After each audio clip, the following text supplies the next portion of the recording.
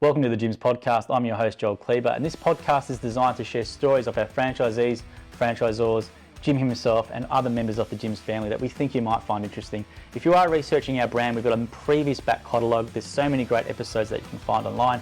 And if you do like what you hear, please make sure you leave us a thumbs up on YouTube if you're watching, or online as well. We really do appreciate the support. Without further ado, here's today's episode. So Jody, thank you very much for joining us today. Now you're up in Shepparton, aren't you, which is northern Victoria? Yep. So what were you doing prior to Jim's Dog Wash? I was a registered nurse. Really? Yeah. Wow. Which is a tough job. My partner's a nurse, an ED nurse down here, so I know how hard it is. So what prompted the change to go to Jim's Dog Wash? I got sick 12 months before COVID hit. Yeah. So that gave me choices that others didn't have. So yeah, I was in a position where I just couldn't return back to my previous role. For one, probably it would be very triggering for me in the workplace. And for two, I thought maybe I could try some casual, but which you don't get involved in the politics and things because my issue is mental health. And unfortunately, I didn't have the poison, so there was no way I could work. How long were you a nurse for? 30 years. Wow. And so what were you looking for at the time? Like, were you looking to do a business, or what were you looking to do, or how did this all come about with Dog Wash? I'd been a naturopath, so I had my naturopathy, but I really struggled with sales and promoting myself, and I found the no really a struggle, in the selling side of it. You have to get up and promote yourself, and then you get a no and a rejection, and that would be really hard, and it would just make me feel bad about myself.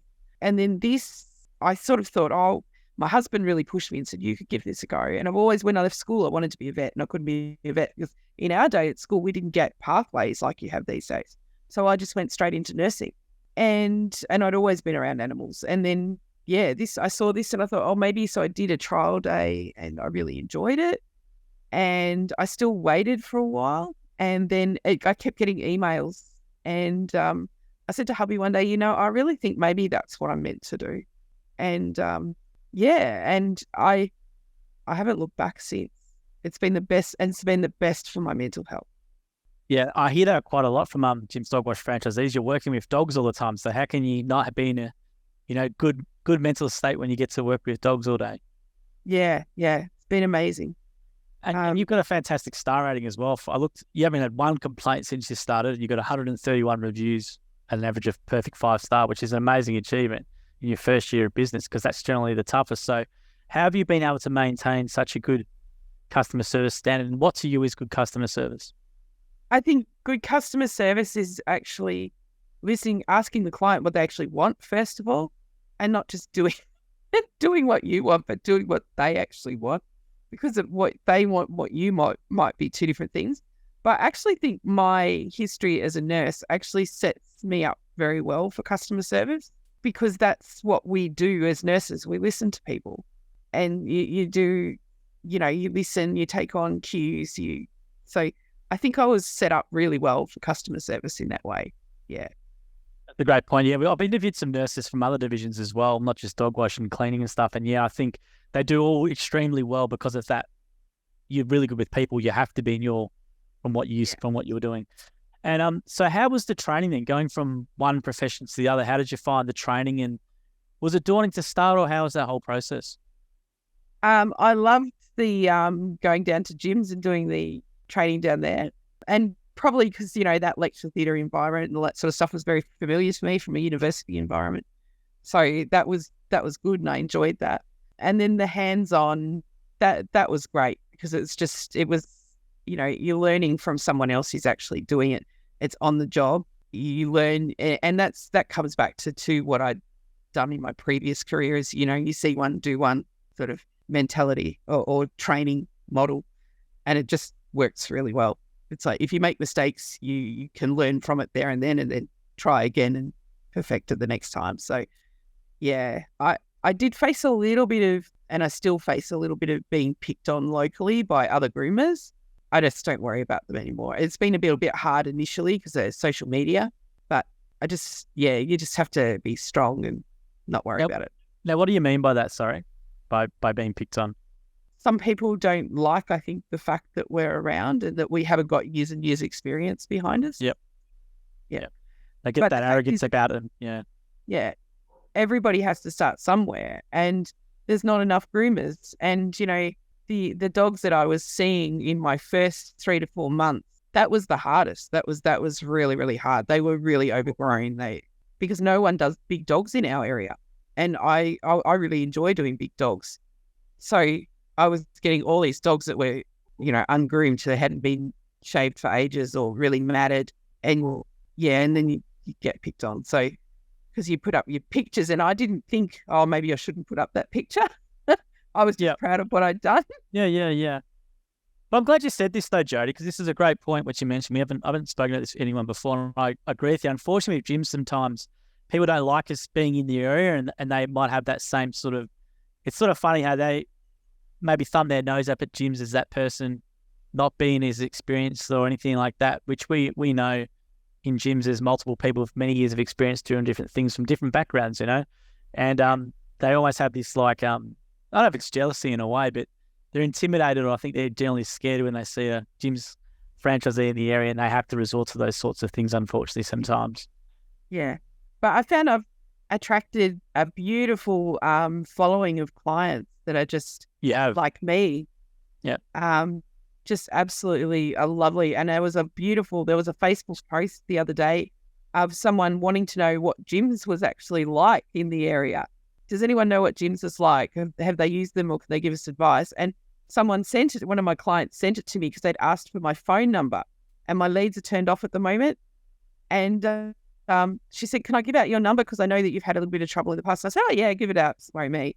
And then I read the comments. I was like, oh my gosh, like these are beautiful. All these clients had gone on there and were praising what I do and what I've done for their dogs and their service that I've provided to them. It was just absolutely beautiful. And I'm like, wow. And that was on a local community pages. So that must make you feel really good. And that's great to hear. Yeah. Yeah, because you can tell from your ratings, you haven't had one complaint. And this is the thing, like, you know, this is when independents always have a crack at gyms, right? I see it on the social media all the time, for mowing especially, right? Independent mowing guys, you think it's rocket science what they're doing and how some of the times, but it's like, you know, if someone who's been in maybe 30, 20 years compared to you when you're starting out, you've got to take that much more care and time with what you're doing, whereas someone can get complacent if they've been doing it for 20, 30 years. That's right. That's when complacency sets in, when you've had to really, really pay attention, and your perfect star rating is evidence of the great work you do. Yeah. So no, I love it. I've really enjoyed it. Best thing I ever did. So, and what would you say to someone maybe who might think that, because about the independent versus, let's say, the gym's franchisee, because it's not a problem for customers from what I can sense, because you get all your great feedback in the group, but I guess it's a problem for other people in the industry. Absolutely plenty of work for everyone. And I even know myself, I get a little bit scared sometimes as well. Like I think it's innate in our personalities, and we have to just pull ourselves back and remember that, hey, there's enough work for everyone. It's like there's not a day goes by where you don't have work. And I know if I put a Facebook post up, I can fill those if I've got an empty spot in probably 5 seconds. So it's literally, I'm bombarded. If I've got one spot, I've got 15 people saying they want that spot. So wow, it's that easy. It's like there's plenty of work for everyone. You just have to do a good job. And if you're not, maybe for some people it might be, if you're an independent and you're finding it hard, maybe you need a support of something around you. On your own might be too hard. Maybe that's why independents sometimes get a little bit jealous about our system. Yeah. But you know, I think we're all, to me, I'm a business owner just like everyone else. My brand is really, really important. And I've worked really hard in this area to change. A lot of clients I have coming to me say they have experienced being ghosted by their previous groomer. So I work on honesty. I won't ghost you. I promise I won't ghost you. But I'm going to tell you why your previous groomer was ghosting you, I suspect. Your dog's really matted. It needs to be groomed every 3 months. And I don't want to come back to this mess again. So if you book in with me regularly, I'm happy to do it. Otherwise, I don't want to come back either. So they know, and it reflects on the brand if we ghost people, yeah, I think there's a lot of jealousy out there because we're doing business in a different way. Is that a big problem you see then, Jody, from customers, is that they just don't maintain their dogs and they rely on the groomer to fix problems after 6 months or 3 months? Or is that the biggest issue you see? Yeah, but I think it's the groomer's fault because we're not actually educating them. Sure. We're not teaching them. And if we're honest and we say to them, well, I don't do that. I don't want to come back to that. I don't like shaving double-coated dogs. It feels wrong. It feels awful. I'm allowed to say to people, that's not something I do. I de-shed double-coated dogs. If your dog is really matted and we've got no other option, I'll shave it this time, but I won't come back and do it again. You'll have to find someone else. How do customers generally respond when you when you lay down the law to them like that? How do they normally go with it? I'm fine. They're cool about it. And if they're not, they'll pay to have it done this time. Well, look, they're going to pay someone to have it done. It doesn't matter whether it's you or someone else. But they respect you for your honesty. And I don't really want to deal with that person again if they don't respect me, because that just comes back in complaints, if that makes sense. No, it does. And you haven't had a complaint, so it's obviously working. So fantastic job. And I was going to say, you said you specialize in bigger dogs. So what type of breeds are you normally? I love the Labradors and the Golden Retrievers, the Springer Spaniels. I have my own Springer Spaniel. Yeah. They're beautiful dogs. Yeah. And I find though that they're not too hard to manage. Or it's really bizarre because people say, oh, you got to be fit. And so I actually have really shocking spine. Like, I was a nurse. My spine is really bad. Wow. But, I think nursing gave me the ability to know how to manual handle as well. So it's like, I don't need to do it for the dog. The dog can actually do it for me if I allow the dog to. And how many clients do you roughly have at the moment, Jody? There's about over 300 on my list, I think. Really? Yeah. Wow. I haven't put my pickups in for about 6 weeks, but I need to do them. Wow. But yeah, I probably need to think about selling a split, I think. Have you been surprised by how busy you've been then from early days in business? It was busy from day one. It was like, but I think, yeah, I'm surprised compared to how hard I found it in naturopathy because I would work so hard to promote myself, and day in, day out, you just struggled. And this has just been a breeze. It's like every day is just people contact me wanting my service. I don't have to chase people. I don't have to sell, really. It just sells itself. And I don't discount at all. I don't see it. The only thing I've got to sell is my hours. So to me, that is gold. And I won't discount that at all. So if a client wants discount, they're wanting me. They wouldn't go to Coles and Woolies and ask for that. So why should they come to me and ask for that? It's a mentality of me working for less than I'm worth. And I'm not willing, so I don't need that client. So I just tell them that straight off. And I think that sort of mentality, it's not something I need to get trapped up into. Do you think the business was going to be like this when you first started it? Did you believe it was going to come to you as quick as it has?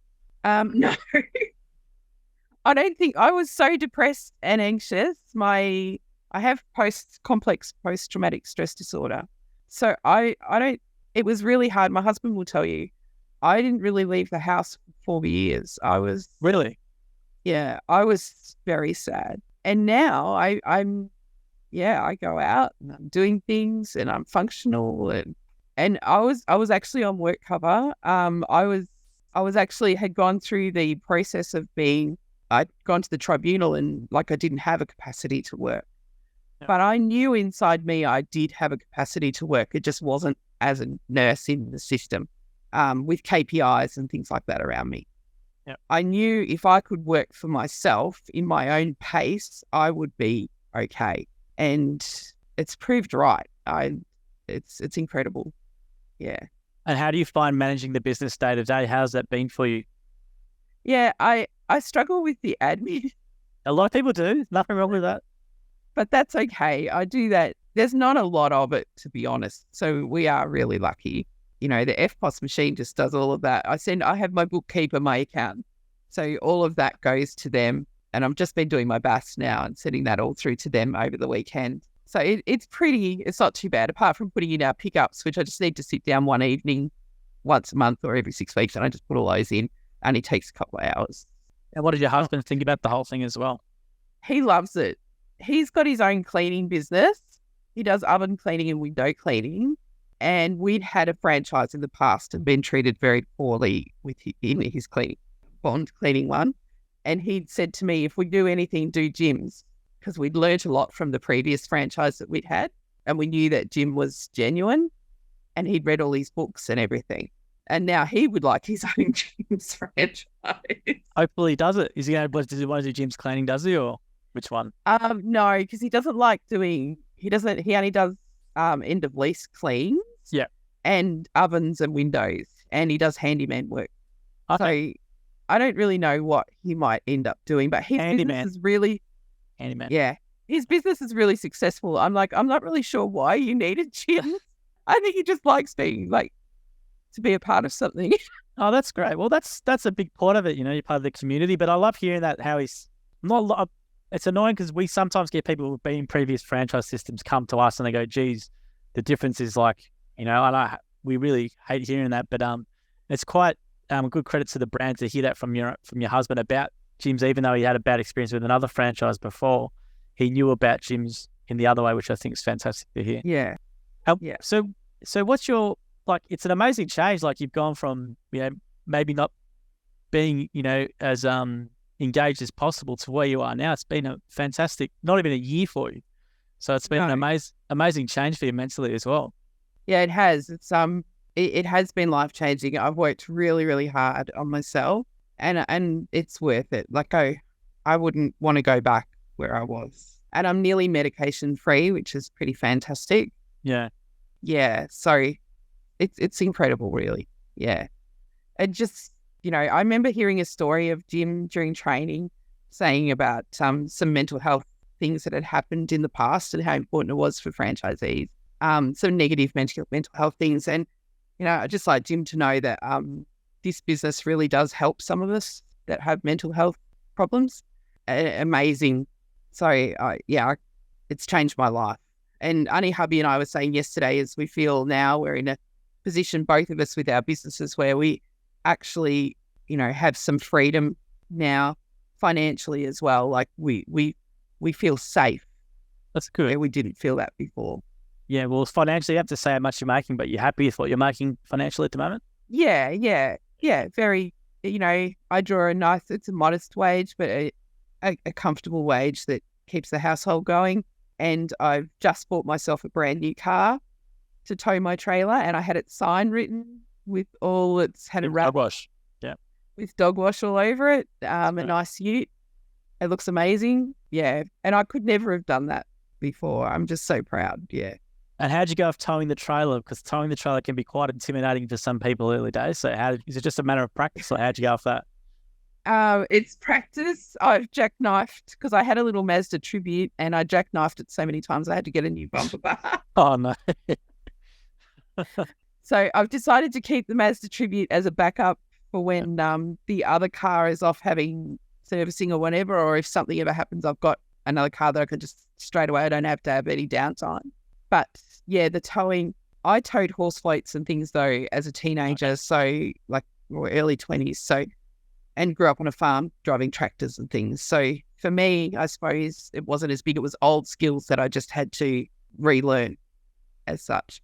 But you still get into some tight spots out there. I suppose I'm lucky I'm regional, not city. It's going a bit easier up in the regional area. Yeah. The Downey. Yeah. But I love my trailer. I wouldn't change to a van. It's easy to manage. Yeah. Well, the trailers are great, Jody. I don't think people realise how nice they are inside. Sometimes we show some videos occasionally, but they're air conditioned and they've got heaters, and it's really comfortable for the dog, isn't it? Yeah. I mean, we have freezing. I've lived in Melbourne and I've lived here nearly most of my life, but in Melbourne we've lived for quite a few years, reared our children down there. The winters here are freezing. They're not, Melbourne's mild. You get ice here and it freezes the pipes.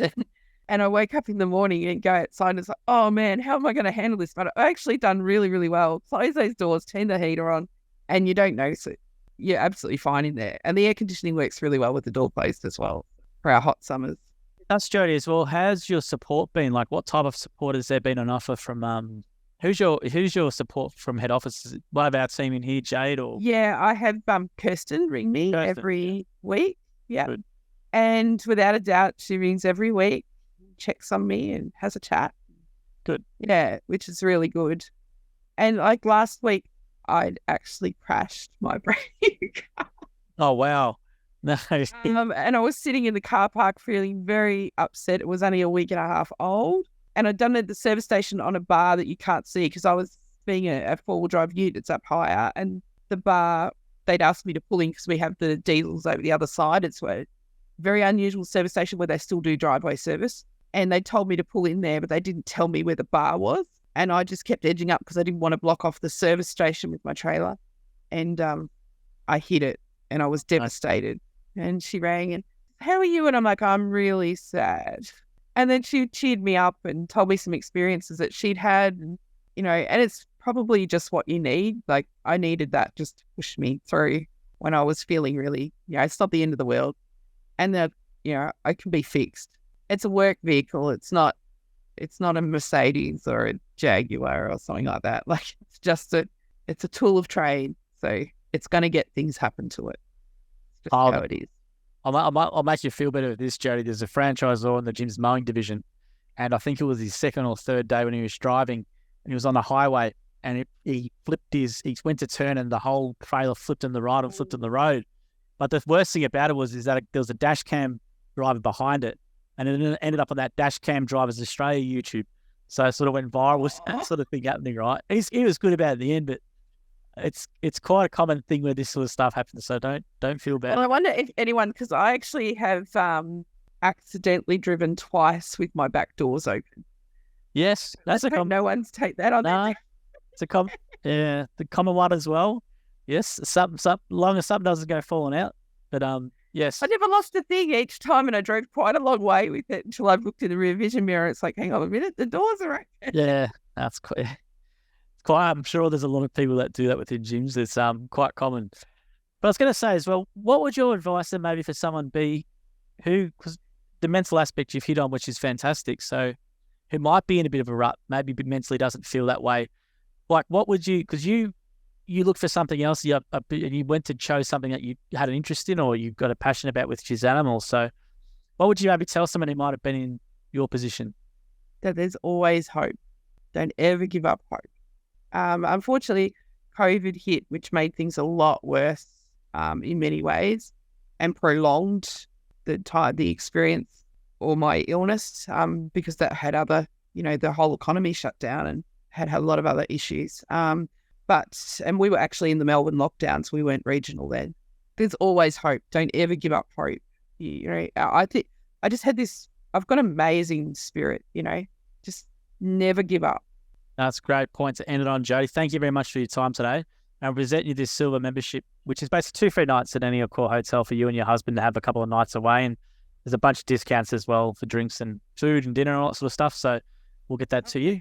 But thank you very much for sharing your story today. Lovely to meet you. And it's lovely to hear how it's helped you mentally as well. That's a really big one. I'll let Jim know when he comes in tonight in the office as well. I've spoken to you and I'll let him know your message. Lovely. That would be really nice because I think it'd be really nice for him to know that. He did ring me one day accidentally. Yes. Accidentally. Okay. Accidentally, and then he returned the call purposefully. He always does, yes. Yeah. And tell him that it's amazing because I love my business. Best thing. Let's go. Always feel free to shoot him an email or call him as well. He's always happy to chat to anyone as well. Yeah. He gets more negative than positive, so it's always good to hear positive stories. So in the day. But no worries. All right. Thanks, Jody. Appreciate it. No worries. Thanks. Bye. Thank you for listening to the episode of the Gyms podcast. If you want to learn more about the Gyms Group, head to gyms.net or call us on 131 546 Australia or 0800 454 654 New Zealand. And if you did like the episode as well, please make sure you leave a review or a comment or a thumbs up or a comment on the video as well. We appreciate your support. And until next episode, we hope you have a great week.